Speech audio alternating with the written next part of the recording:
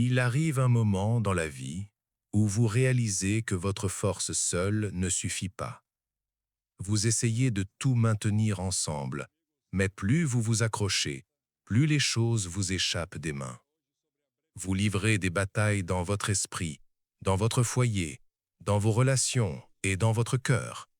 Vous faites tout ce qui est en votre pouvoir pour que les choses fonctionnent, pour réparer ce qui a échoué, pour porter le poids des responsabilités, des peurs et des attentes. Mais peu importe à quel point vous pensez être fort, vous finissez par atteindre un point où votre force ne suffit plus. C'est à ce moment-là que vous devez vous souvenir que les mains de Dieu sont plus fortes que les vôtres. La tendance humaine est de compter sur l'autosuffisance. Dès notre naissance, on nous apprend à nous tenir debout seuls, à prendre le contrôle, à surmonter les épreuves par notre propre volonté. Mais il arrivera toujours un moment où la vie apportera quelque chose de trop lourd pour nous porter. Cela peut être une maladie qu'aucun médecin ne peut guérir, une trahison qui vous laisse briser, un fardeau financier qui semble impossible à surmonter, ou un vide profond dans votre âme qu'aucun succès, aucune relation ni aucune possession ne peut combler. Lorsque vous atteignez cet endroit, vous avez deux choix: continuer à lutter sous le poids ou le remettre entre les mains de celui qui ne se fatigue jamais. Les mains de Dieu sont assez fortes pour porter ce que vous ne pouvez pas. La Bible nous dit dans Isaïe 41:10 « Ne crains rien, car je suis avec toi. Ne promène pas des regards inquiets, car je suis ton Dieu. Je te fortifie, je viens à ton secours, je te soutiens de ma droite victorieuse. » Cela signifie que peu importe ce à quoi vous faites face, peu importe à quel point vous vous sentez faible, ces mains sont assez puissantes pour vous soutenir. Il n'est pas comme l'homme, il ne se fatigue pas, il ne se laisse pas submerger et il n'échoue jamais. Les mêmes mains qui ont créé les cieux et la terre, les mêmes mains qui vous ont formé dans le ventre de votre mère, sont celles qui vous tiennent en ce moment même. Certains d'entre vous portent des fardeaux que Dieu n'a jamais eu l'intention de vous voir porter. Vous avez passé des années à essayer de contrôler les résultats, à tenter de réparer les gens, à manipuler les circonstances en votre faveur. Mais plus vous essayez de tout contrôler, plus les choses deviennent hors de contrôle. C'est parce que la vie n'a jamais été conçue pour être portée seule. Dieu ne vous a pas créé pour traverser les tempêtes de la vie par vos propres forces. Il veut que vous déposiez tout à ses pieds, que vous relâchiez le bardeau et que vous fassiez confiance à ses mains pour tout tenir ensemble. Pensez à un enfant qui tient quelque chose de trop lourd. Peu importe les efforts qu'il déploie, le poids est trop grand pour lui. Mais dès que cet enfant place cet objet dans les mains d'un père aimant, la lutte cesse. Ce père qui est plus fort peut porter ce que l'enfant ne peut pas. De la même manière, votre Père céleste attend que vous cessiez de lutter et que vous placiez tout entre ses mains. Se rendre à Dieu n'est pas un signe de faiblesse, c'est le plus grand acte de foi. Le monde vous dit de continuer à pousser, de persévérer, de ne jamais lâcher prise. Mais Dieu dit « Arrête-toi et sache que je suis Dieu » Psaume 46:10. Il vous demande de lui faire confiance, de relâcher vos soucis, d'arrêter de combattre des batailles qui lui appartiennent. Vous n'avez pas à tout comprendre, vous n'avez pas à porter le poids des problèmes de demain. Vous n'avez pas à prétendre être fort lorsque vous vous sentez faible. Les mains de Dieu sont assez grandes, assez fortes et assez fidèles pour tenir votre vie ensemble, même lorsque tout autour de vous semble s'effondrer. Quand vous comprenez vraiment la force des mains de Dieu, la peur perd son emprise. Vous cessez de vivre dans l'anxiété face à des choses que vous ne pouvez pas contrôler. Vous arrêtez de perdre le sommeil à cause de problèmes qui dépassent votre capacité à les résoudre. Vous cessez de vous épuiser à essayer de tout gérer seul. Au lieu de cela, vous apprenez à vous reposer dans l'assurance que le même Dieu qui maintient l'univers en place vous tient aussi. Les mains de Dieu ne sont pas seulement fortes, elles sont aussi douces. Ce sont les mains qui vous relèvent quand vous tombez, les mains qui essuient vos torts, les mains qui se tendent lorsque vous avez l'impression de vous noyer. Ce sont les mains qui brisent les chaînes de l'esclavage, les mains qui ouvrent des portes que nul homme ne peut fermer, les mains qui pourvoient lorsque les ressources manquent.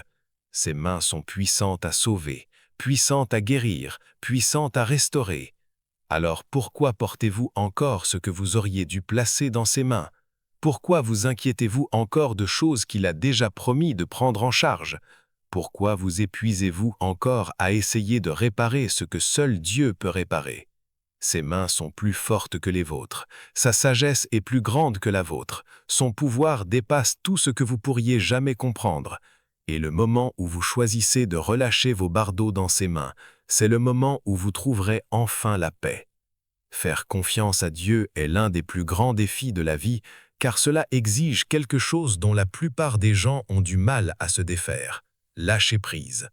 Nous nous accrochons à nos plans, à nos soucis, à nos désirs et même à notre douleur, pensant que si nous essayons assez fort, nous pourrons contrôler le résultat. Mais faire vraiment confiance à Dieu signifie relâcher le contrôle, prendre du recul et permettre à Dieu de travailler à sa manière et à son temps. Lâcher prise signifie accepter que vous n'aurez pas toujours les réponses. Il y aura des moments où Dieu vous demandera de marcher par la foi, même lorsque vous ne pouvez pas voir où vous allez. Abraham a été appelé à quitter sa maison et à aller dans un pays que Dieu lui montrerait sans connaître la destination. Pierre a été appelé à sortir du bateau et à marcher sur l'eau sans savoir s'il allait submerger. À maintes reprises, la Bible nous montre que la vraie foi exige une action avant la compréhension. Dieu ne révèle pas toujours le tableau complet, mais il vous appelle à lui faire confiance assez pour faire le next pas, même si cela n'a pas de sens. L'un des plus grands obstacles au lâcher-prise est la peur. La peur murmure: et si Dieu ne se manifeste pas? Et si les choses ne se passent pas comme je le veux? Et si je finis pire qu'avant? La peur maintient les gens prisonniers de l'anxiété, essayant de contrôler chaque détail de leur vie, parce qu'au fond, ils ont peur de ce qui se passera s'ils ne le font pas. Mais la foi et la peur ne peuvent pas cohabiter. Faire confiance à Dieu signifie relâcher la peur et choisir d'accepter ce que Dieu attend de nous. Coexister le moment où vous choisissez de faire confiance à Dieu, la peur perd son pouvoir sur vous. Le moment où vous décidez de lâcher prise, vous commencez à marcher dans la paix que lui seul peut donner. Lâcher prise signifie aussi abandonner le passé. Certaines personnes s'accrochent à la douleur, à l'amertume et au regret, refusant de les remettre entre les mains de Dieu. Elles rejouent à leurs erreurs passées encore et encore, se demandant comment les choses auraient pu être différentes. Elles s'accrochent à de vieilles blessures, refusant de pardonner à ceux qui les ont blessées.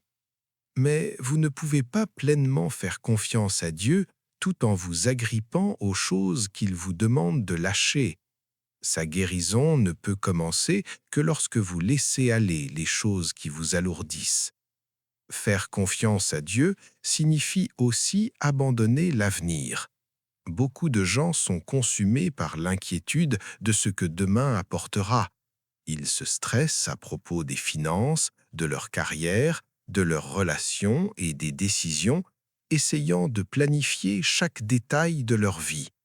Mais Jésus a dit: « Ne vous inquiétez pas du lendemain, car le lendemain prendra soin de lui-même. » Matthieu 6, 34.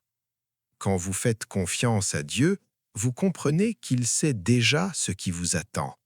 Il ne contrôle pas seulement aujourd'hui, il contrôle chaque moment à venir. Votre tâche n'est pas de tout comprendre. Votre tâche est de faire confiance à celui qui a déjà tout prévu. Lâcher prise n'est pas abandonner, c'est choisir de croire que le plan de Dieu est meilleur que le vôtre. C'est reconnaître que sa sagesse est bien plus grande que votre compréhension.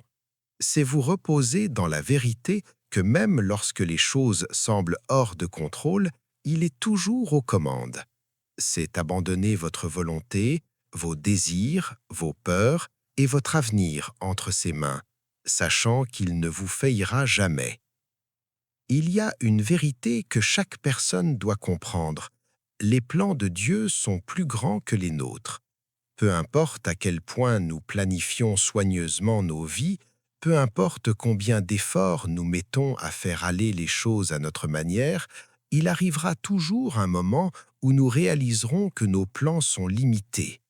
Mais les plans de Dieu vont au-delà de tout ce que nous pourrions jamais imaginer.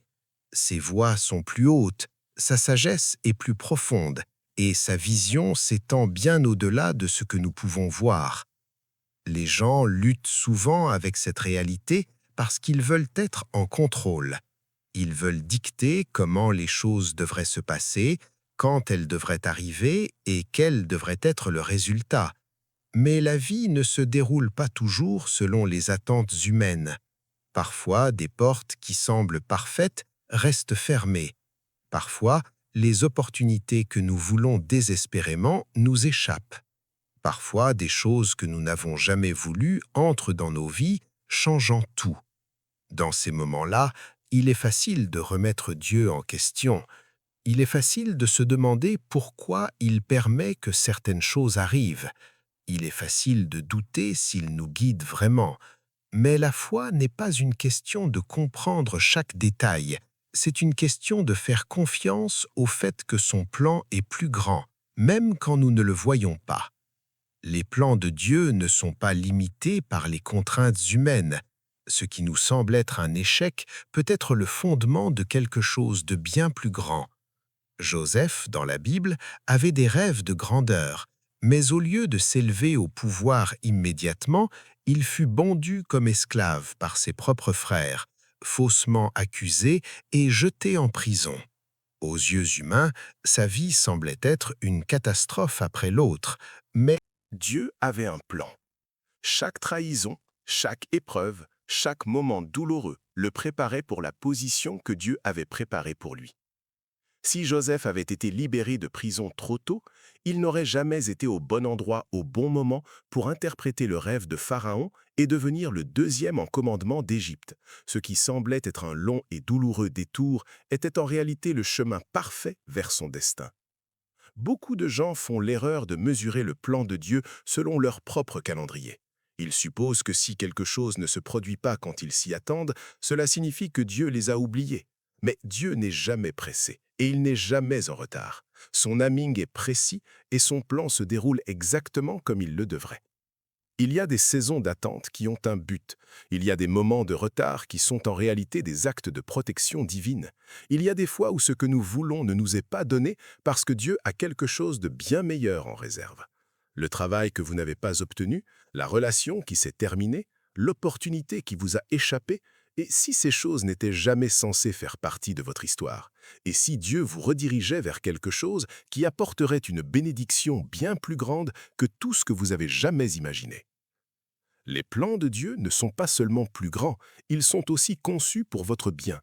Même lorsque vous traversez des épreuves, même lorsque vous ressentez de la douleur, même lorsque les choses semblent s'effondrer, Dieu travaille encore en coulisses. La Bible dit dans Romains 8, 28, « Nous savons du reste que toute chose concourt au bien de ceux qui aiment Dieu, de ceux qui sont appelés selon son dessein. » Cela signifie que rien n'est gaspillé. Chaque déception, chaque défi, chaque tournant inattendu est tissé dans un plan bien plus grand que tout ce que vous pourriez concevoir pour vous-même. Le problème est que les gens résistent souvent au plan de Dieu parce qu'il ne correspond pas au leur. Ils s'accrochent à des relations que Dieu leur demande de lâcher, ils courent après des rêves que Dieu n'a jamais prévus pour eux, ils luttent contre le changement parce qu'ils ont peur de l'inconnu. Mais l'abandon est la clé. Quand vous cessez de résister, quand vous arrêtez d'essayer de forcer votre propre voie, quand vous lâchez enfin prise et faites confiance au fait que Dieu sait ce qu'il fait, c'est alors que vous commencerez à voir son plan se déployer. Dieu ne voit pas comme l'homme voit, il voit l'ensemble du tableau. Il voit ce qui est à venir, il sait où la route mène. Pendant que vous vous inquiétez d'aujourd'hui, il a déjà préparé votre demain. Pendant que vous êtes stressé par ce que vous avez perdu, il prépare quelque chose de plus grand pour prendre sa place. Pendant que vous êtes concentré sur ce qui est devant vous, il orchestre quelque chose au-delà de votre imagination. Son plan n'est pas seulement pour votre confort immédiat, il est pour votre destin éternel. Ce qu'il fait dans votre vie ne concerne pas seulement ce moment, mais tout ce qu'il a destiné pour que vous deveniez. Il n'est pas facile de faire confiance quand vous ne comprenez pas. Il n'est pas facile de lâcher vos propres plans quand vous avez travaillé si dur pour eux.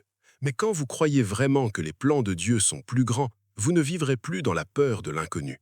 Vous ne vous accrocherez plus à des choses qui ne sont pas faites pour vous. Vous ne serez plus découragé lorsque les choses ne se passent pas comme vous le voulez. Au lieu de cela, vous trouverez la paix en sachant que celui qui tient l'univers dans ses mains est le même qui guide votre vie. L'inquiétude est l'un des plus grands voleurs de paix. Elle s'insinue dans l'esprit, s'empare du cœur et commence à contrôler la façon dont une personne pense et vit. L'inquiétude épuise l'énergie, vole la joie et crée de la peur face à des choses qui pourraient ne jamais arriver. Elle provoque des nuits sans sommeil, des jours agités et des pensées anxieuses qui ne semblent jamais s'arrêter.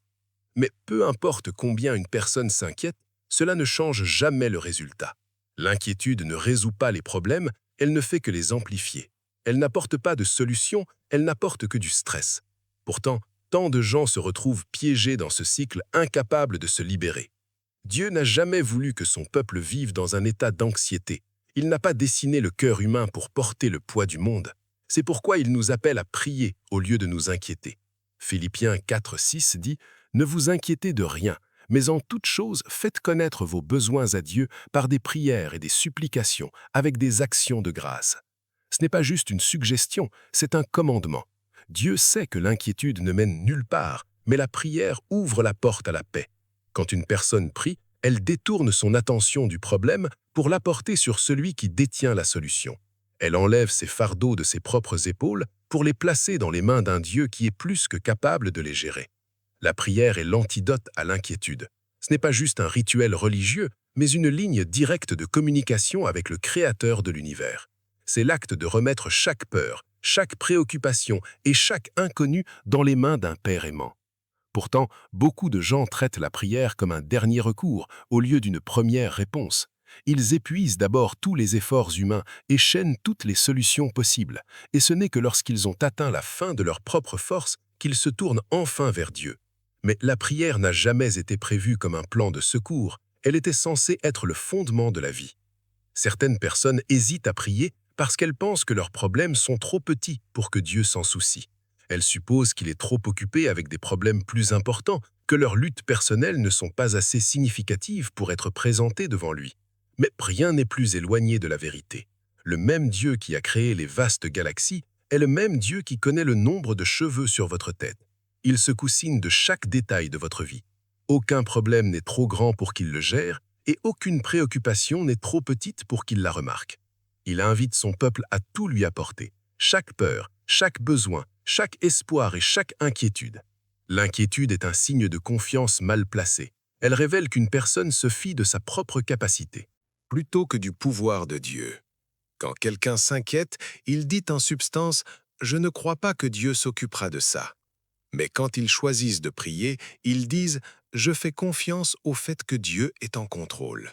La foi et l'inquiétude ne peuvent pas coexister. Une personne repose soit sur elle-même, soit elle fait confiance à Dieu. Et plus elle prie, moins l'inquiétude a de place pour s'enraciner dans son cœur. La prière ne change pas toujours la situation immédiatement, mais elle change toujours la personne qui prie.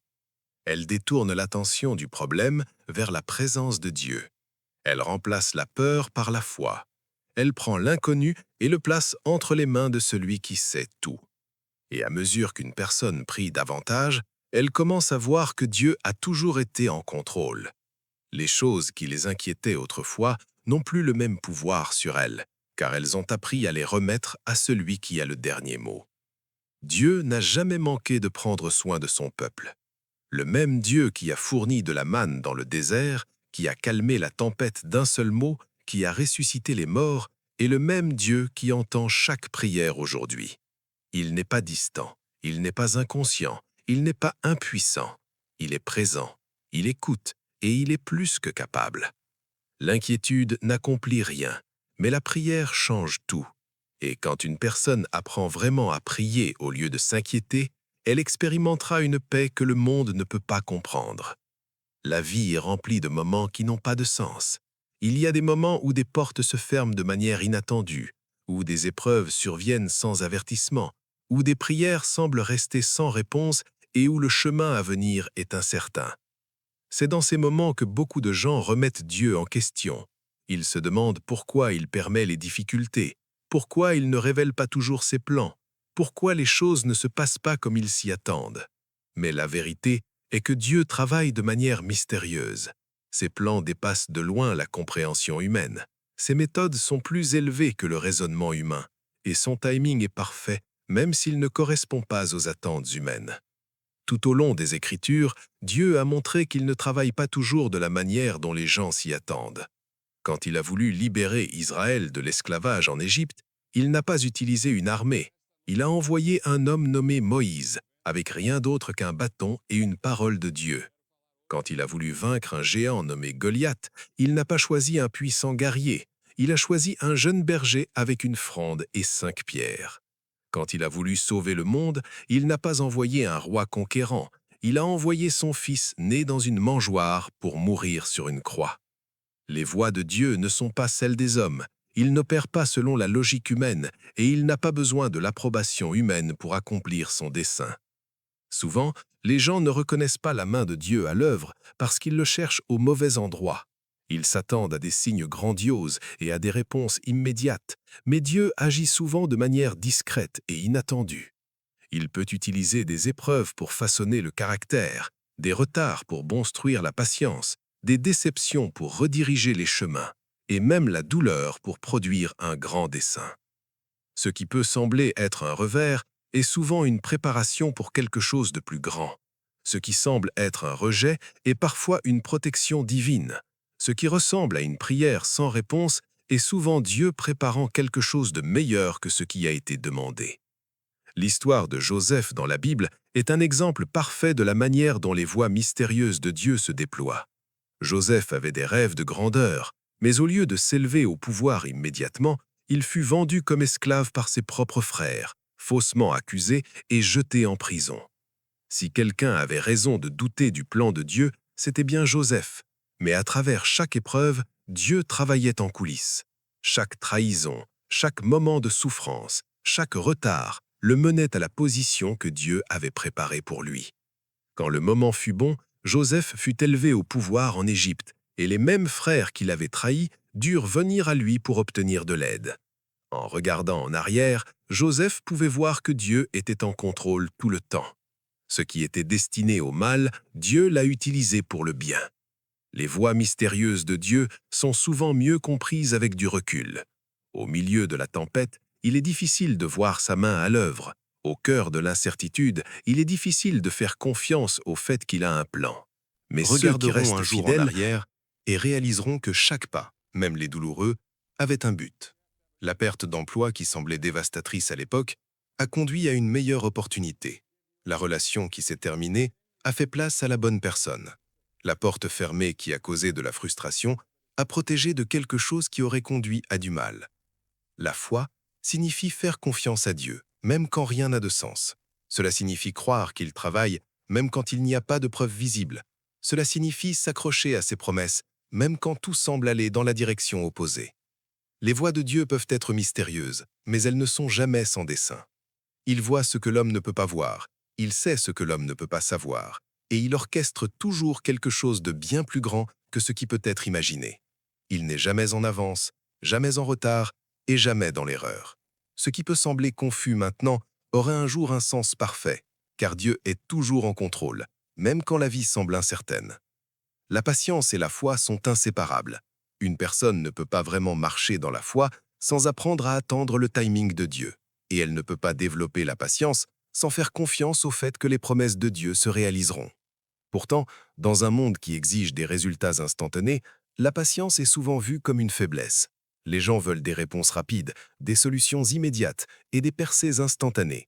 Mais Dieu n'opère pas selon le calendrier humain.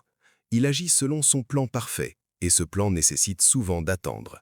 La question est, votre foi restera-t-elle forte dans l'attente ou l'impatience mènera-t-elle au doute? La patience n'est pas juste une question d'attendre, c'est une question de comment une personne attend. Beaucoup de gens prétendent avoir foi en Dieu, mais quand les choses prennent plus de temps que prévu, leur foi commence à vaciller. Ils deviennent frustrés, remettent en question le plan de Dieu, et parfois même prennent les choses en main. Mais la vraie foi reste ferme, même dans les retards. La vraie foi dit « Je ne vois peut-être pas encore la réponse, mais je fais confiance au fait que Dieu travaille. La vraie patience n'est pas passive, c'est une confiance active dans le timing parfait de Dieu. Tout au long de la Bible, les plus grandes promesses de Dieu ont souvent été accomplies après de longues périodes d'attente. Abraham a reçu la promesse qu'il serait le père de nombreuses nations, mais des années ont passé avant qu'il ne voie l'accomplissement de cette promesse. Pendant ce temps, il a eu des moments de doute. Il a essayé de forcer la promesse en ayant un enfant par Agar au lieu d'attendre le plan parfait de Dieu. Mais la promesse de Dieu n'a pas été oubliée, et au bon moment, Isaac est né. Le retard n'était pas un refus, c'était une partie du processus. Si Abraham avait attendu patiemment, il aurait évité des épreuves inutiles. C'est une leçon pour tout le monde. Quand l'impatience mène à des solutions humaines, elle apporte souvent des ennuis. Mais quand la foi mène à la patience, le plan parfait de Dieu se réveille. Attendre Dieu n'est pas facile. Le cœur humain veut de la certitude, et quand les réponses ne viennent pas rapidement, le doute commence à murmurer. Et si Dieu a oublié? Et si cette prière ne sera jamais exaucée? Mais la foi fait taire ces doutes. La foi dit « Dieu est fidèle, il n'a jamais failli auparavant, et il ne faillira pas maintenant. » La foi est ce qui a poussé Noé à construire l'arche, même quand il n'y avait pas de pluie. La foi est ce qui a permis à Joseph de faire confiance à Dieu, même quand il était en prison. La foi est ce qui a maintenu Moïse à guider les Israélites, même quand la mer Rouge se dressait devant eux. Et dans chaque cas, la patience était requise avant que la promesse ne soit accomplie. L'un des plus grands tests de patience est quand Dieu est silencieux. Il y a des moments où il semble que les prières restent sans réponse, comme si Dieu était distant. Mais le silence ne signifie pas l'absence. Dieu travaille toujours, même quand il ne parle pas. Une graine ne pousse pas dès qu'elle est plantée. Elle est enfouie dans le sol, invisible pendant un temps. Mais sous le sol, la vie se forme. Quand la saison est à la bonne escient, cette graine perce le sol et grandit pour devenir ce qu'elle était destinée à être.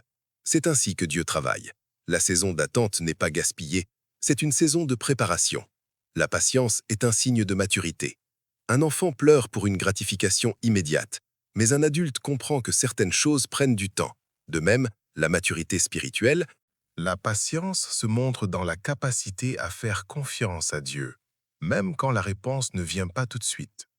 Une personne qui manque de patience luttera toujours avec la foi, car la foi exige de croire avant de voir. Les plus grandes bénédictions viennent souvent à ceux qui sont prêts à attendre, car dans l'attente, Dieu prépare le cœur, renforce le caractère et approfondit la foi. La foi sans patience mène à la frustration, et la patience sans foi mène au désespoir. Mais quand la foi et la patience travaillent ensemble, une personne peut tenir ferme, peu importe combien de temps dure l'attente. Elle ne se précipite pas devant Dieu et elle n'abandonne pas dans le désespoir. Elle marche dans la paix, sachant que chaque retard a un but et que chaque moment d'attente est une opportunité de faire davantage confiance à Dieu. Et au bon moment, la promesse se réalisera, car Dieu est toujours fidèle à ceux qui attendent en lui avec une foi inébranlable. Faire confiance à Dieu signifie plus que simplement dire une prière et s'éloigner. Cela signifie remettre complètement une situation dans ses mains et résister à l'envie de la reprendre. Beaucoup de gens apportent leur fardeau devant Dieu, lui demandant de prendre le contrôle. Mais dès qu'ils ont fini de prier, ils reprennent ces fardeaux et s'inquiètent de la manière dont les choses vont se passer.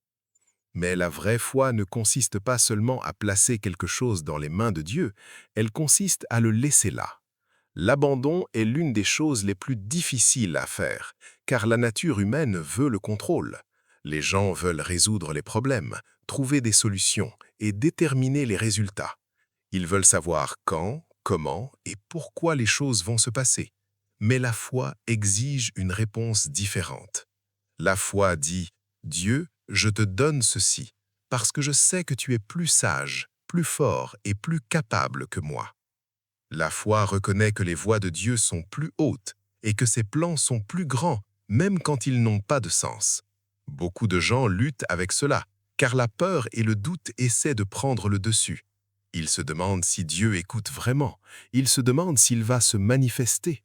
Ils regardent leurs circonstances et recommencent à s'inquiéter, même après avoir prié.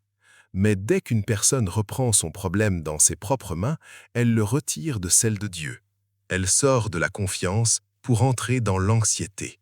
Elle permet à la peur de remplacer la foi.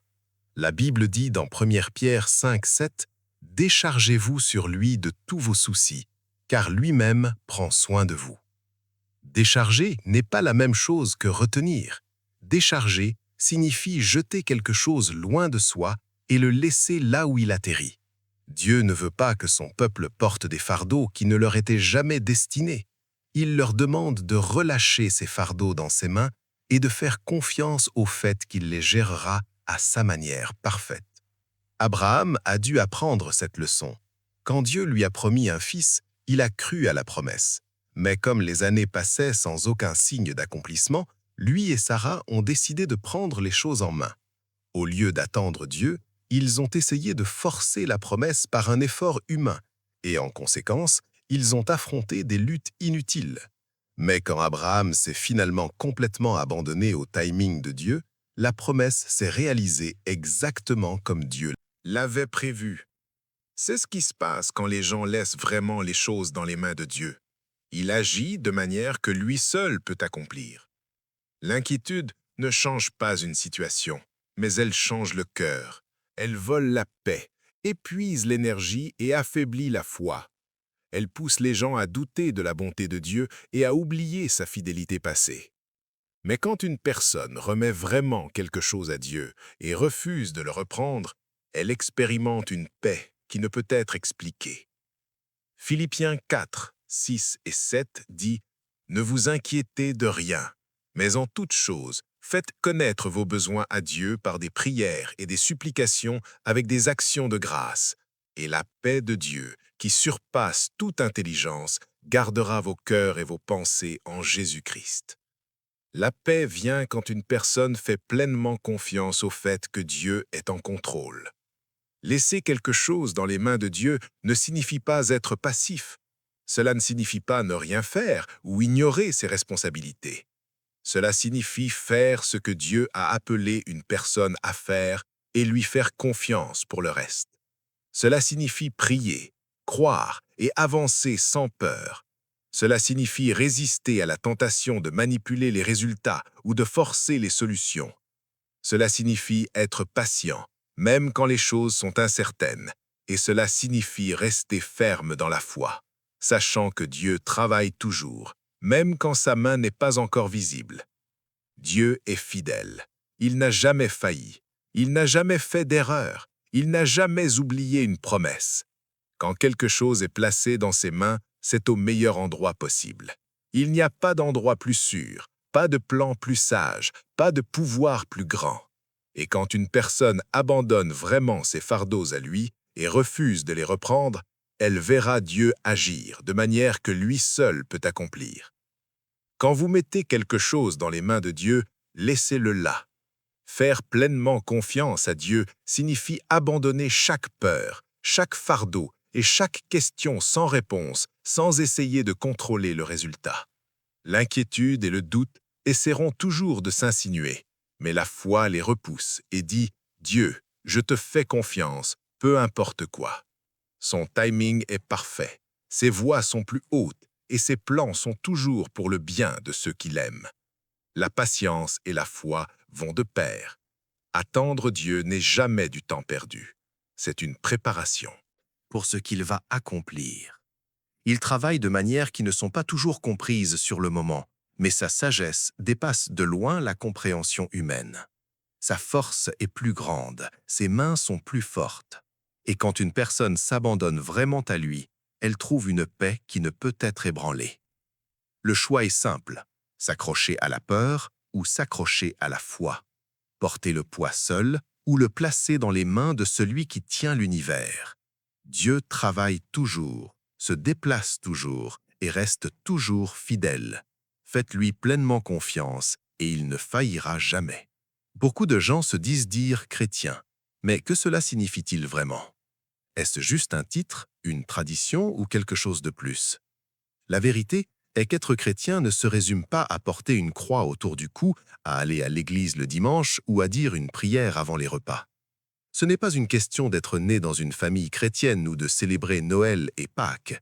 Le christianisme n'est pas une étiquette que l'on colle comme un badge, c'est un mode de vie. une relation personnelle profonde avec Jésus-Christ qui vous transforme de l'intérieur. Dans le monde d'aujourd'hui, le terme chrétien est souvent utilisé de manière vague. Certains s'identifient comme chrétiens simplement parce qu'ils ont grandi dans un foyer religieux ou parce qu'ils vivent dans un pays aux valeurs chrétiennes. D'autres pensent que faire de bonnes actions ou croire en Dieu fait d'eux des chrétiens. Mais Jésus n'a jamais dit que le christianisme consistait à cocher une liste de devoirs religieux. En fait, il a mis en garde contre le fait d'avoir l'apparence de la piété tout en manquant de vraie foi. Il a parlé directement aux chefs religieux de son époque, les appelant des tombeaux blanchis, beaux à l'extérieur, mais pleins d'ossements à l'intérieur. Il n'était pas impressionné par leurs expressions extérieures de religion, car leur cœur était loin de lui. Un vrai chrétien est quelqu'un dont la vie a été changée par la puissance de Christ. La Bible dit que si quelqu'un est en Christ, il est une nouvelle création. L'ancien est parti, le nouveau est venu.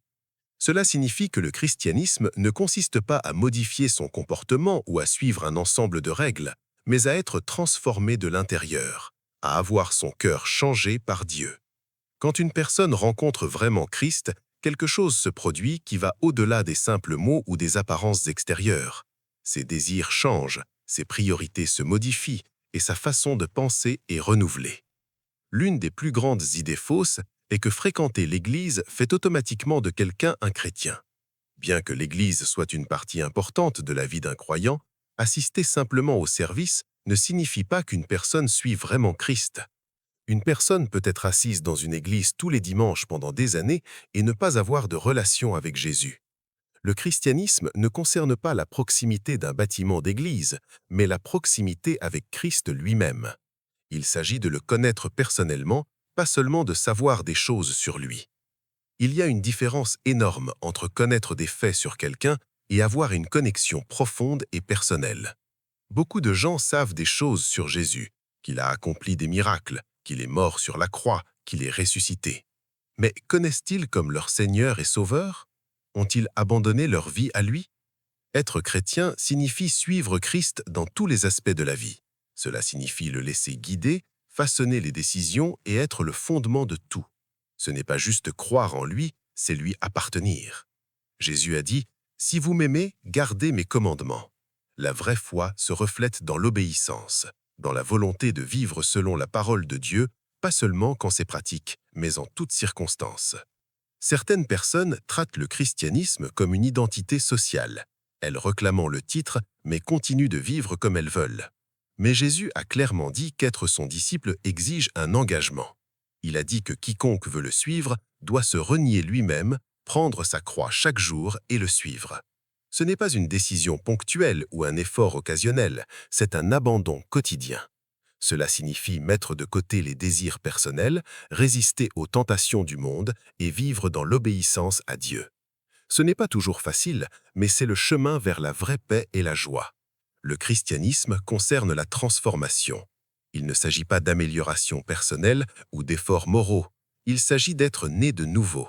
Jésus a dit à Nicodème, un chef religieux, « À moins qu'on ne naisse de nouveau, on ne peut voir le royaume de Dieu. » Qu'une personne ne naisse de nouveau, elle ne peut pas entrer dans le royaume de Dieu. Cette nouvelle naissance n'est pas physique, mais spirituelle. C'est l'œuvre du Saint-Esprit qui change une personne de l'intérieur. Quand cela se produit, les preuves sont claires. Un vrai chrétien montrera les fruits sommaires de l'esprit. Amour, joie, paix, patience, bonté, bienveillance, fidélité, douceur et maîtrise de soi. Ce ne sont pas des choses que l'on peut feindre longtemps. Ce sont le résultat naturel d'une vie abandonnée à Christ. Certains se demandent peut-être « Comment puis-je savoir si je suis vraiment chrétien ?» La réponse ne se trouve pas dans la fréquence de vos prières, dans combien vous donnez à la charité ou dans la manière dont vous suivez les traditions religieuses. La vraie question est celle-ci. Jésus-Christ a-t-il changé votre vie? Désirez-vous plus lui que les choses de ce monde? Cherchez-vous à lui plaire dans tout ce que vous faites? L'aimez-vous plus que tout? Le vrai christianisme concerne le cœur. Il ne s'agit pas de ce que les gens voient à l'extérieur, mais de ce que Dieu voit à l'intérieur. La foi et la religion sont souvent utilisées de manière interchangeable, mais elles ne sont pas la même chose. La religion est un ensemble de croyances, de traditions et de rituels que les gens suivent pour se connecter au divin, tandis que la foi est une confiance personnelle profonde en Dieu.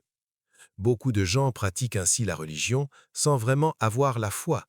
Ils suivent des coutumes religieuses, récitent des prières, assistent à des services et observent des traditions, mais leur cœur reste inchangé. La foi, en revanche, ne concerne pas les actions extérieures. Elle concerne une relation authentique avec Dieu qui transforme une personne de l'intérieur. Tout au long de l'histoire, les gens ont compté sur la religion pour leur donner un sentiment de sécurité. Ils ont cru que s'ils accomplissaient les bons rituels, disaient les bons mots ou suivaient les bonnes coutumes, ils gagneraient la faveur de Dieu. Mais Dieu n'a jamais été intéressé par des pratiques religieuses vides. La Bible est remplie d'exemples de personnes qui étaient profondément religieuses, mais manquaient de vraie foi. Les pharisiens, par exemple, étaient très religieux. Ils suivaient la loi méticuleusement, priaient ouvertement, jeûnaient régulièrement et donnaient aux pauvres. Pourtant, quand Jésus se tenait devant eux, ils le rejetaient. Leur religion était une question de règles et d'apparence, mais leur cœur était loin de Dieu. Jésus les a réprimandés, disant « Ce peuple m'honore des lèvres, mais son cœur est éloigné de moi. » La vraie foi ne concerne pas le suivi d'un ensemble de règles religieuses. Elle concerne un abandon complet à Dieu. C'est une confiance en lui, pas dans les traditions ou les efforts personnels. Beaucoup de gens passent leur vie à essayer de gagner l'amour de Dieu par de bonnes œuvres. Ils pensent que s'ils sont gentils, s'ils donnent à la charité, s'ils assistent à des rassemblements religieux, ils seront acceptés par Dieu. Mais la Bible indique clairement que le salut n'est pas quelque chose qui peut être gagné, c'est un don. Éphésiens 2, 8 à 9 dit « Car c'est par la grâce que vous êtes sauvés, par le moyen de la foi. Et cela ne vient pas de vous, c'est le don de Dieu. Ce n'est point par les œuvres, afin que personne ne se glorifie. La foi concerne le fait de s'appuyer sur la grâce de Dieu, pas sur l'effort humain.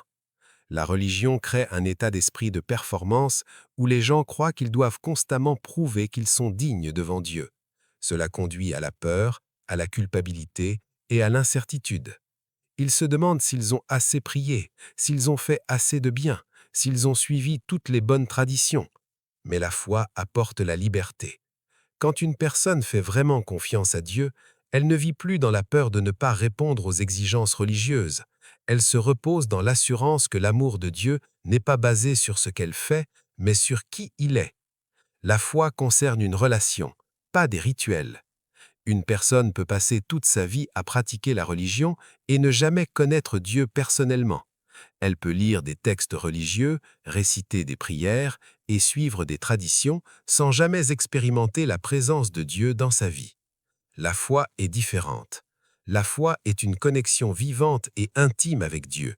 C'est se réveiller chaque jour avec le désir de le connaître davantage. C'est lui parler, non par obligation, mais par amour. C'est lui faire confiance dans chaque situation, même quand les circonstances semblent incertaines. C'est croire en sa bonté. Même quand la vie est difficile, la religion met souvent l'accent sur l'effort humain. Mais la foi s'appuie sur le pouvoir de Dieu. Une personne religieuse essaie d'être assez bonne par elle-même, tandis qu'une personne de foi reconnaît qu'elle a besoin de l'aide de Dieu à chaque étape. Jésus n'est pas venu établir une religion, il est venu restaurer une relation brisée entre l'humanité et Dieu. Il n'a pas enseigné aux gens à s'appuyer sur des rituels ou des traditions. Il leur a enseigné à croire, à faire confiance, à avoir la foi. Il a dit « Je suis le chemin, la vérité et la vie. Nul ne vient au Père que par moi. » Il n'a pas dit que les œuvres religieuses ou les traditions apporteraient le salut. Seule la foi en lui le ferait. La foi change le cœur d'une personne. La religion peut modifier le comportement, mais elle ne peut pas transformer une âme. Une personne peut suivre des règles religieuses et être encore remplie de colère, d'orgueil ou d'égoïsme. Mais quand la foi prend racine dans le cœur de quelqu'un, tout change. Ses désirs changent, ses priorités se réalignent et elle commence à refléter le caractère de Christ. Elle ne suit pas Dieu par obligation, mais par amour.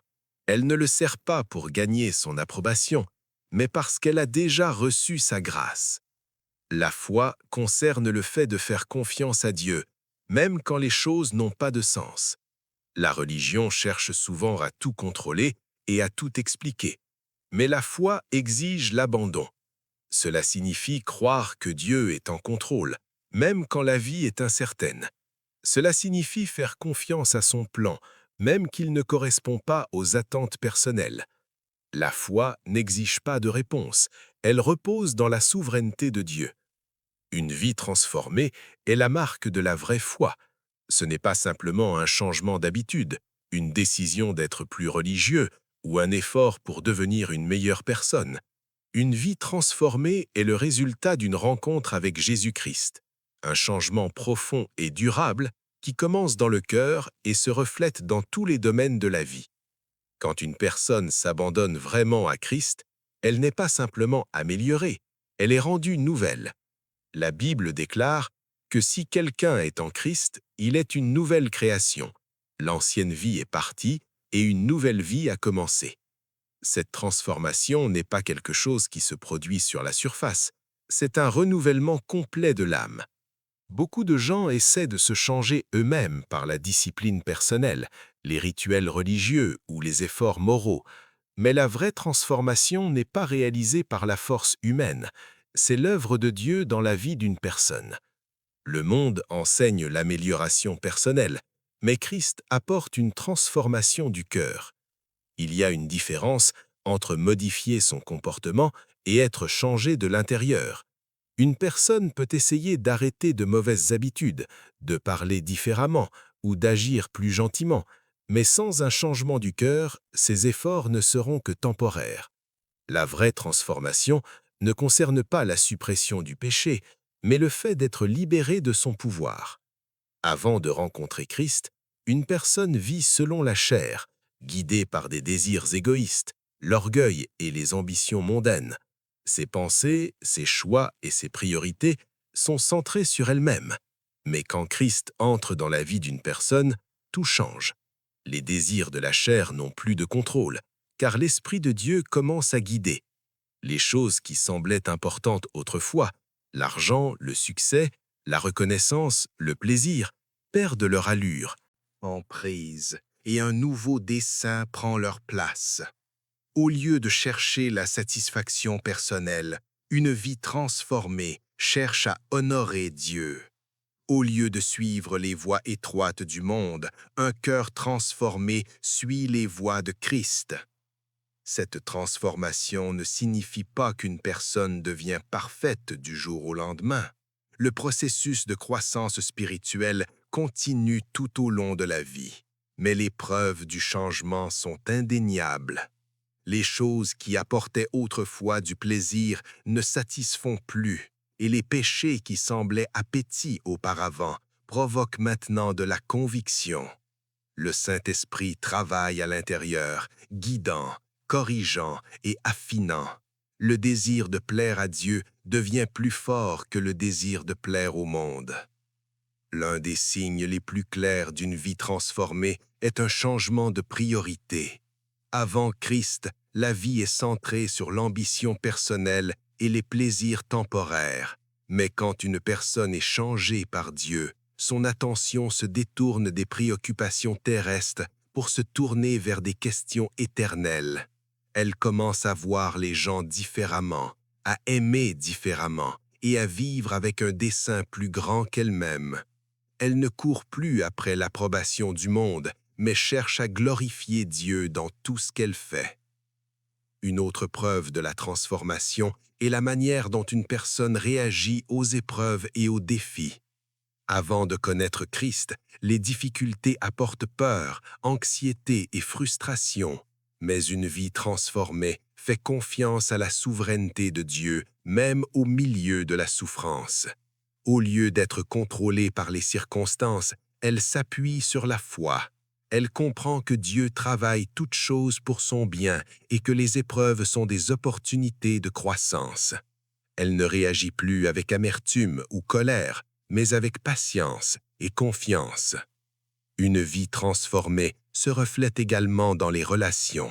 Avant Christ, il y a de l'égoïsme, de l'orgueil et un cœur impardonnable.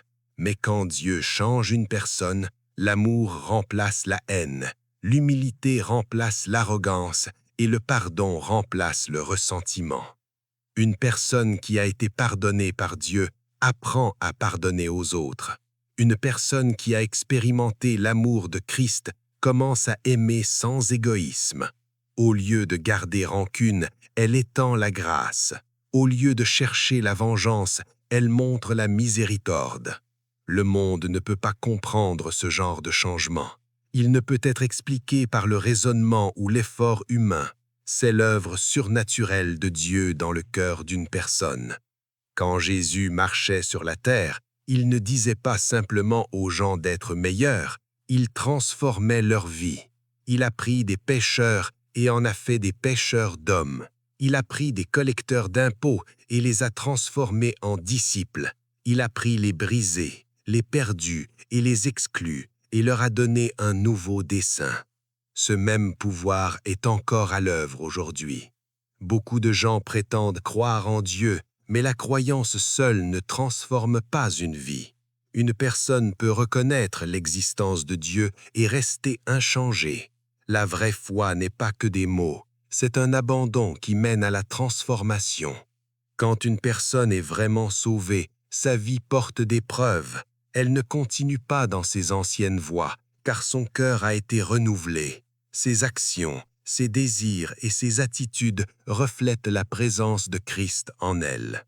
La preuve du Saint-Esprit dans la vie d'un croyant est indéniable. Quand une personne est vraiment sauvée, l'Esprit de Dieu prend résidence en elle, la guidant, la convainquant et la transformant de l'intérieur. Ce n'est pas juste un sentiment ou une expérience émotionnelle, c'est un changement profond et durable qui façonne le caractère, les choix et la manière de vivre d'une personne. La présence du Saint-Esprit est ce qui distingue un vrai disciple de Christ de quelqu'un qui prétend simplement croire. L'une des premières et des plus claires preuves du Saint-Esprit est la conviction. Avant qu'une personne ne vienne à Christ, le péché ne la dérange pas vraiment. Elle peut ressentir de la culpabilité face à un méfait, mais elle continue de vivre comme elle veut. Cependant, quand le Saint-Esprit entre dans la vie d'une personne, le péché ne peut plus être ignoré. Les choses qui semblaient acceptables auparavant provoquent maintenant de l'inconfort. Le mensonge, les commérages, l'orgueil, la luxure et l'égoïsme ne semblent plus naturels. Le Saint-Esprit convainc le cœur, révélant ce qui déplaît à Dieu et conduisant le croyant à la repentance. Cette conviction n'est pas une condamnation, mais une correction aimante qui rapproche la personne de Dieu.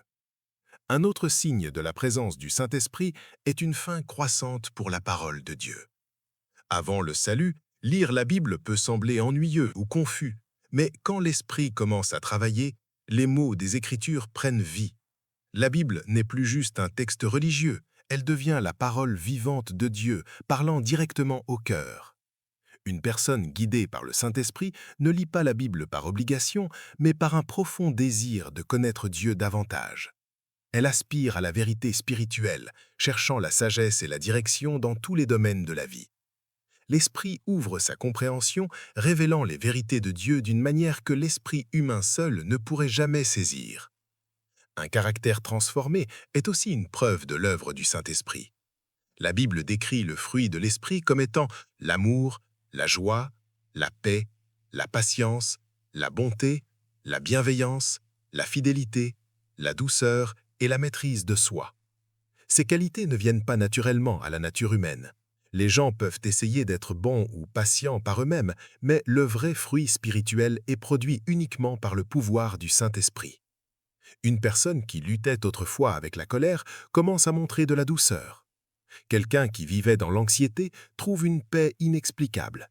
Un cœur qui était autrefois rempli de haine et d'amertume devient plein d'amour et de pardon. Ces changements ne sont pas le résultat d'un effort humain, mais de l'Esprit de Dieu transformant le cœur. L'obéissance à la parole de Dieu est un autre signe indéniable de la présence du Saint-Esprit. Un vrai croyant n'écoute pas seulement la parole, il vit selon elle. Avant Christ, les gens vivent selon leurs propres désirs, faisant ce qui leur semble juste. Mais quand le Saint-Esprit entre, il y a un changement. L'obéissance devient un acte d'amour plutôt qu'un fardeau. Un croyant désire plaire à Dieu, non pas par peur, mais parce que l'Esprit a placé en lui un désir de suivre ses voies. Même quand l'obéissance est difficile, l'Esprit fournit la force et la direction, aidant à marcher dans la justice. Le discernement spirituel est une autre preuve du Saint-Esprit. Le monde est rempli de tromperies, et sans la direction de l'Esprit, il est facile d'être égaré. Beaucoup d'enseignements semblent bons, beaucoup de philosophies paraissent sages, mais tout ne s'aligne pas avec la vérité de Dieu. Le Saint-Esprit donne aux croyants la capacité de discerner ce qui est juste et ce qui est faux. Il protège de la tromperie, les guidant vers la vérité et exposant les mensonges de l'ennemi. Une personne remplie de l'Esprit ne suit pas aveuglément les voies du monde, mais cherche la sagesse de Dieu, testant tout contre sa parole. Une vie de prière approfondie est un autre signe de la présence de l'Esprit. La prière n'est plus juste une routine ou une liste de demandes, elle devient une conversation authentique et continue avec Dieu. Le Saint-Esprit enseigne comment prier, intercède quand les mots manquent et apporte un sentiment de proximité avec Dieu qui n'était pas là auparavant. Même dans les moments de faiblesse, quand un croyant ne sait pas quoi dire, l'Esprit prie en son nom, avec des gémissements trop profonds pour les mots. Il y a une nouvelle confiance pour s'approcher de Dieu, sachant qu'il entend et répond. L'audace dans la foi est aussi une marque du Saint-Esprit. Avant de recevoir l'Esprit, beaucoup de gens ont peur de se tenir pour Christ. Ils craignent le rejet, la persécution ou d'être différents du monde. Mais quand l'Esprit remplit une personne, la peur est remplacée par le courage. Les apôtres, qui se cachaient Autrefois dans la peur, après la crucifixion de Jésus, sont devenus des prédicateurs audacieux de l'Évangile après avoir reçu le Saint-Esprit. Ils parlaient avec autorité, accomplissaient des miracles et enduraient à la persécution sans vaciller. Ce même pouvoir est disponible pour les croyants aujourd'hui, leur permettant de tenir ferme dans leur foi, de partager l'Évangile et de vivre sans honte pour Christ. Le Saint-Esprit apporte aussi l'assurance du salut. Beaucoup de gens luttent avec le doute, se demandant s'ils sont vraiment sauvés. Mais quand l'Esprit habite à l'intérieur, il témoigne au cœur du croyant qu'il est un enfant de Dieu. Il y a une paix intérieure, une connaissance profonde qui ne peut être ébranlée. Cette assurance ne vient pas des réalisations personnelles ou des sentiments, mais de l'Esprit confirmant la promesse de Dieu de la vie éternelle. L'obéissance à la parole de Dieu est le fondement d'une vraie relation avec lui. Il ne s'agit pas juste de savoir ce que dit la Bible, mais de vivre selon sa vérité. Beaucoup de gens entendent et acquiescent à la parole de Dieu, mais tous ne choisissent pas de lui obéir. Certains lisent les Écritures et sont d'accord avec ses enseignements, mais continuent de vivre comme ils veulent. Mais la vraie foi se prouve par l'obéissance. Jésus l'a clairement dit quand il a déclaré « Si vous m'aimez, gardez mes commandements ». L'obéissance n'est pas une question de légalisme ou de devoir religieux, c'est une expression d'amour, de confiance et de dévotion à Dieu. Depuis le commencement, l'obéissance a été centrale dans une relation avec Dieu. Dans le Jardin d'Éden, Adam et Ève ont reçu un commandement simple. Ils avaient à la liberté de profiter de tout ce que Dieu avait créé, sauf un arbre. Pourtant, ils ont choisi de désobéir. Cet unique acte de rébellion a introduit le péché dans le monde, séparant l'humanité de Dieu. Leur désobéissance a eu des conséquences, tout comme la désobéissance en a aujourd'hui. Quand les gens ignorent les commandements de Dieu et vivent selon leurs propres désirs, ils sortent de sa volonté, ouvrant la porte à la confusion, au chaos et à la destruction. Mais quand ils lui obéissent, ils marchent dans sa protection, sa bénédiction et son dessein. L'obéissance exige l'abandon. Cela signifie s'aligner avec les désirs personnels, l'orgueil et le besoin de contrôle. Beaucoup de gens luttent avec l'obéissance parce qu'ils veulent faire les choses à leur manière. Ils veulent faire les bénédictions de Dieu sans se soumettre à son autorité. Mais la vraie obéissance ne choisit pas quelle partie de la parole de Dieu suivre. Elle ne dit pas « j'obéirai à Dieu quand c'est pratique » ou « je suivrai ses commandements quand j'en aurai envie ». L'obéissance est une décision quotidienne de faire confiance au fait que les voies de Dieu sont plus hautes et meilleures que la compréhension humaine. Même quand ces commandements semblent difficiles, même quand ils vont à l'encontre des sentiments personnels ou des opinions du monde, l'obéissance choisit la foi plutôt que le doute, la soumission plus que la volonté propre. La Bible est remplie d'exemples de ceux qui ont obéi à Dieu et de ceux qui ne l'ont pas fait. Noé a reçu l'ordre de construire une arche, même s'il n'avait jamais vu la pluie. Le monde se moquait de lui, mais il a obéi. En conséquence, lui et sa famille ont été sauvés du déluge. Abraham a été appelé à quitter sa patrie et à aller dans un endroit qu'il n'avait jamais vu. Il n'a pas remis Dieu en question. Il a obéi et son obéissance a fait de lui le père de nombreuses nations. D'un autre côté, le roi Saül a désobéi à Dieu en offrant un sacrifice qu'il n'était pas autorisé à faire. Sa désobéissance lui a coûté le royaume. La leçon est claire. L'obéissance conduit à la faveur de Dieu et à la bénédiction, tandis que la désobéissance entraîne des conséquences et une séparation d'avec lui. L'obéissance ne consiste pas seulement à éviter le péché, elle consiste à suivre activement les instructions de Dieu. Il ne suffit pas de simplement s'abstenir de faire le mal. La vraie obéissance cherche à faire ce qui est juste. Quand Dieu appelle une personne à pardonner, elle obéit, même quand c'est difficile. Quand il l'appelle à donner, elle obéit, même que cela exige un sacrifice. Quand il l'appelle à sortir dans la foi, elle obéit, même qu'elle ne voit pas l'ensemble du tableau. L'obéissance n'est pas toujours facile, mais elle en vaut toujours la peine. Une vie d'obéissance apporte la paix. Beaucoup de gens vivent dans l'anxiété et l'agitation parce qu'ils sont désalignés avec la volonté de Dieu. Ils courent après leur propre plan, s'appuyant sur leur propre force pour se retrouver frustrés et épuisés. Mais ceux qui se soumettent au commandement de Dieu expérimentent une paix qui surpasse l'entendement. Ils ne savent peut-être pas toujours ce que l'avenir réserve, mais ils font confiance à celui qui le tient. Ils ne sont pas alourdis par la peur, car ils savent qu'ils marchent dans l'obéissance à celui qui ne faillit jamais. L'obéissance apporte aussi une croissance spirituelle. Une personne ne peut mûrir dans sa foi si elle résiste continuellement aux instructions de Dieu. Plus elle obéit, plus elle comprend son cœur, plus elle suit sa direction, plus elle marche près de lui. L'obéissance renforce la foi, approfondit la confiance et ouvre la porte à Dieu pour travailler de manière qui dépasse la compréhension humaine. Jésus lui-même a donné l'exemple ultime d'obéissance. Il n'est pas venu faire sa propre volonté, mais celle du Père. Dans le jardin de Gethsémané, face à la souffrance de la croix, il a prié « Non ma volonté, mais ta volonté ». Il a choisi l'obéissance, même quand c'était douloureux, même que cela lui a coûté tout. À cause de son obéissance, le salut a été rendu possible pour tous ceux qui y croient. Si le Fils de Dieu s'est humilié dans une obéissance parfaite, combien plus ses disciples doivent-ils se soumettre à la volonté du Père? L'obéissance ne consiste pas en une perfection, mais un cœur disposé. Dieu n'attend pas des gens qu'ils ne fassent jamais d'erreur, mais il attend d'eux un cœur qui désire le suivre. Quand il faute, il se repente et se réaligne avec sa parole.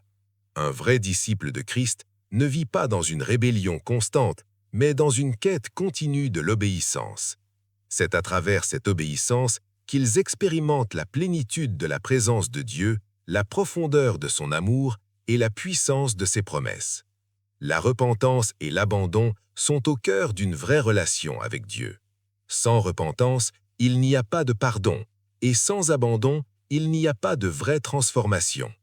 Beaucoup de gens croient que suivre Dieu signifie simplement croire en lui. Mais la croyance seule ne suffit pas. La Bible indique clairement que même les démons croient en Dieu, mais ils restent en rébellion. La vraie foi est marquée par un cœur changé. Et ce changement Par la repentance et l'abandon. La repentance ne consiste pas juste à se sentir désolé pour le péché, c'est s'en détourner. Beaucoup de gens ressentent de la culpabilité quand ils font quelque chose de mal, mais la culpabilité Seule n'apporte pas de changement. La repentance va au-delà de la culpabilité. C'est un changement complet de direction. C'est réaliser que le péché sépare une personne de Dieu et prendre la décision de marcher dans l'obéissance à la place.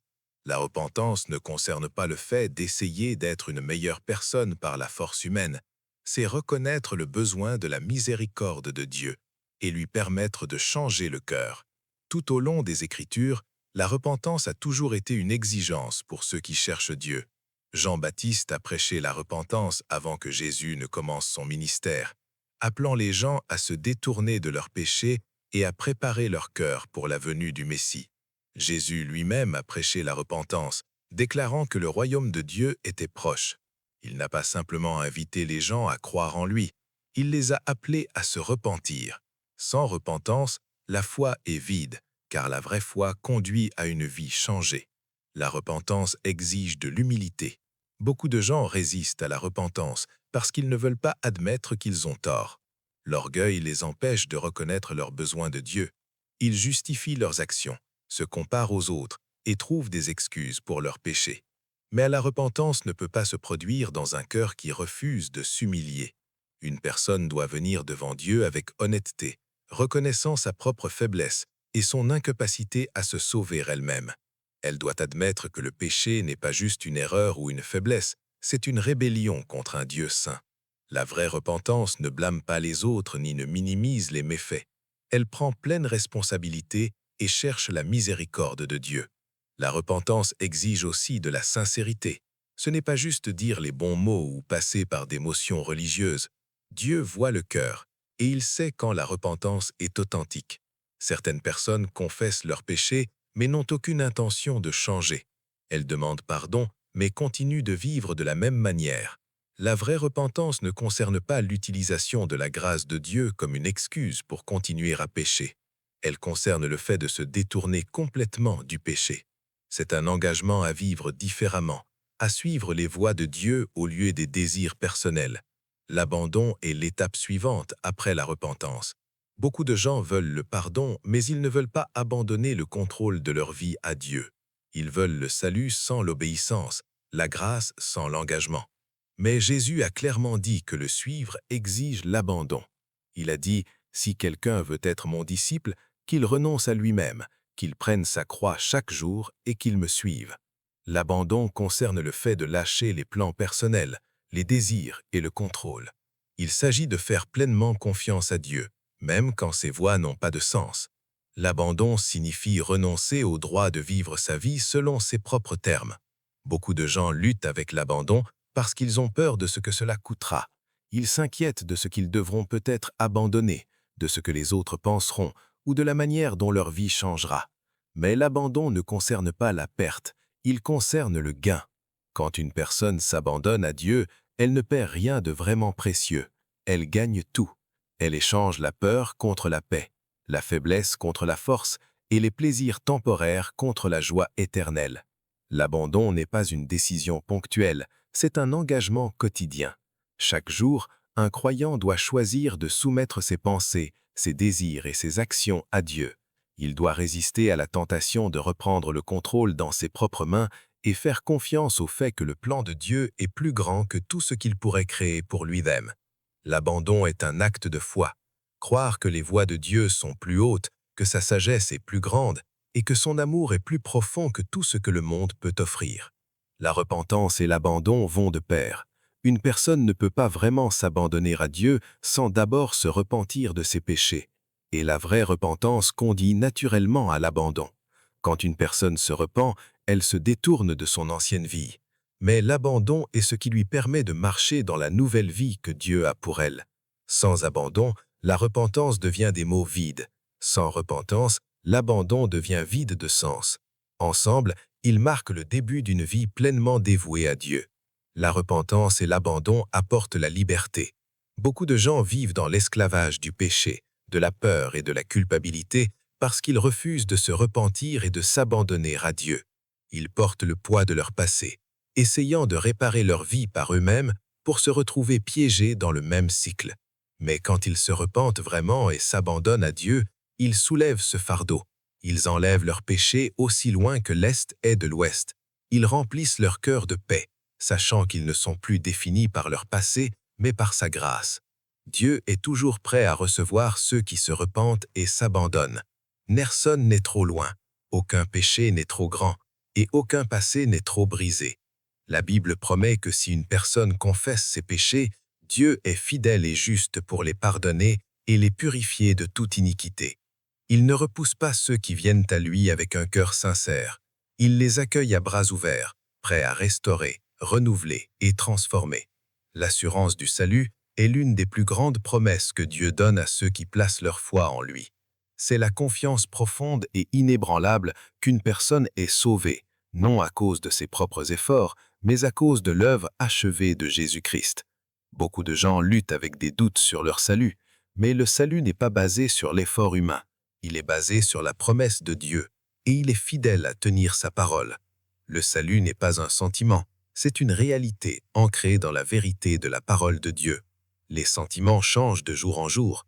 Certains jours, une personne peut se sentir proche de Dieu, et d'autres jours, elle peut se sentir distante. Mais le salut ne dépend pas des émotions, il dépend de la promesse immuable de Dieu. La Bible déclare que quiconque croit en Jésus-Christ a la vie éternelle. Ce n'est pas une vie temporaire ni conditionnelle, elle est éternelle, ce qui signifie qu'elle ne peut pas être perdue ou enlevée. Si le salut pouvait être perdu, cela signifierait que le sacrifice de Jésus n'était pas suffisant. Mais son œuvre sur la croix était complète, et rien n'a besoin d'y être ajouté. L'une des plus grandes sources d'assurance est la parole de Dieu. La Bible est remplie de promesses qui affirment le salut pour ceux qui croient. Jésus a dit « Mes brebis entendent ma voix, je les connais et elles me suivent, je leur donne la vie éternelle. Elles ne périront jamais et personne ne les arrachera de ma main. » C'est une promesse directe du Fils de Dieu lui-même. Ceux qui lui appartiennent sont en sécurité dans ses mains. Aucune force au ciel ou sur terre ne peut les enlever de son amour. La présence du Saint-Esprit est une autre confirmation du salut. La Bible enseigne que quand une personne est sauvée, le Saint-Esprit vient habiter en elle, comme un sceau, une garantie de son héritage en Christ. L'Esprit témoigne au cœur du croyant qu'il est un enfant de Dieu. Ce n'est pas juste une expérience religieuse extérieure, mais une transformation intérieure. Le Saint-Esprit convainc, guide, fortifie et rassure, donnant la confiance que les promesses de Dieu sont vraies. Ceux qui sont remplis de l'Esprit expérimentent un nouveau désir de justice, une faim pour la parole de Dieu et une relation croissante avec lui. Une vie changée est une autre preuve du salut. Bien que les bonnes œuvres ne sauvent pas une personne, elles sont le résultat naturel d'un cœur qui a été transformé par Dieu. La Bible dit que la foi sans les œuvres est morte, ce qui signifie que la vraie foi produit un changement réel. Un croyant ne continue pas dans les mêmes schémas de péché et de rébellion, mais grandit dans l'obéissance à la parole de Dieu. Il y a un nouvel amour pour la sainteté, un désir de suivre Christ et une volonté de se soumettre à la volonté de Dieu. Ces changements ne se produisent pas du jour au lendemain, mais ils sont des signes que le Saint-Esprit travaille dans le cœur, façonnant le croyant à l'image de Christ. Un autre aspect de l'assurance est la persévérance. Les vrais croyants restent dans la foi. Ils peuvent affronter des luttes, des doutes et des épreuves, mais ils n'abandonnent pas leur confiance en Christ. Jésus a dit que ceux qui persévèrent jusqu'à la fin seront sauvés. Le Seigneur tient fermement ses enfants, donnant la grâce de continuer dans la foi, même lorsqu'ils se sentent faibles. Ceux qui appartiennent vraiment à Christ ne s'éloignent pas de lui, car il les garde dans son amour. L'ennemi essaie souvent de semer des graines de doute dans le cœur des croyants. Il murmure des mensonges, les amenant à se demander s'ils sont vraiment sauvés, s'ils ont trop péché ou si Dieu les a abandonnés. Mais la parole de Dieu est claire. Il n'y a donc maintenant aucune condamnation pour ceux qui sont en Jésus-Christ. Romains 8:1. Ceux qui ont vraiment placé leur foi en lui sont pardonnés, justifiés et rendus justes par sa grâce. Il ne s'agit pas d'être assez bon, de prier assez ou de faire assez. Il s'agit de faire confiance à ce que Christ a déjà accompli. Le salut est sûr parce qu'il est basé sur la promesse de Dieu, pas sur l'effort humain. Si le salut dépendait de la perfection humaine, personne ne serait sauvé. Mais c'est un don donné librement, par la foi en Jésus-Christ. Il n'est pas gagné, il est reçu. Ceux qui se sont vraiment repentis et ont placé leur foi en lui peuvent se reposer dans l'assurance qu'ils lui appartiennent pour toujours. Dieu ne rompt pas ses promesses, et sa grâce est plus grande que tout échec. L'assurance d'un croyant ne réside pas dans sa capacité à s'accrocher à Dieu, mais dans la capacité de Dieu à s'accrocher à lui. La vie chrétienne n'est pas seulement une question de croyance, c'est une question de transformation. Il ne s'agit pas de porter une étiquette, mais de vivre une vie qui reflète la vraie foi. Un vrai chrétien se reconnaît par son obéissance à la parole de Dieu, sa foi qui va au-delà de la religion et sa volonté de se soumettre pleinement à lui. Le vrai salut est marqué par la repentance, un cœur changé et la preuve de l'Esprit Saint travaillant à l'intérieur. Il ne s'agit pas de perfection, mais d'une vie continuellement soumise à la volonté de Dieu. L'assurance du salut se trouve dans les promesses immuables de Dieu. Elle ne repose pas sur les sentiments, les efforts personnels ou les rituels religieux, mais sur l'œuvre achevée de Jésus-Christ. Ceux qui ont vraiment placé leur foi en lui sont en sécurité, non pas à cause de leur propre force, mais à cause de sa grâce. Dieu n'abandonne pas ses enfants, et il ne reprend pas son don de salut. L'appel à suivre Christ n'est pas une invitation à une vie facile, mais à une vie abandonnée. Cela signifie mourir à soi-même, de prendre sa croix chaque jour et de marcher dans l'obéissance. Cela signifie choisir la foi plutôt que le doute, la sainteté plutôt que le compromis et la confiance plutôt que la peur. C'est une vie vécue non pas pour un gain personnel, mais pour la gloire de Dieu. Ceux qui appartiennent vraiment à Christ seront reconnus par les fruits qu'ils portent. Ils marcheront dans la puissance de l'Esprit Saint, grandiront dans la foi, tiendront ferme dans les épreuves et persévéreront jusqu'à la fin. Ils ne seront pas parfaits, mais ils seront transformés. La question n'est pas seulement de savoir si une personne croit en Dieu, mais si elle lui a vraiment donné sa vie. Car en fin de compte, la seule chose qui compte est de savoir si une personne est vraiment née de nouveau.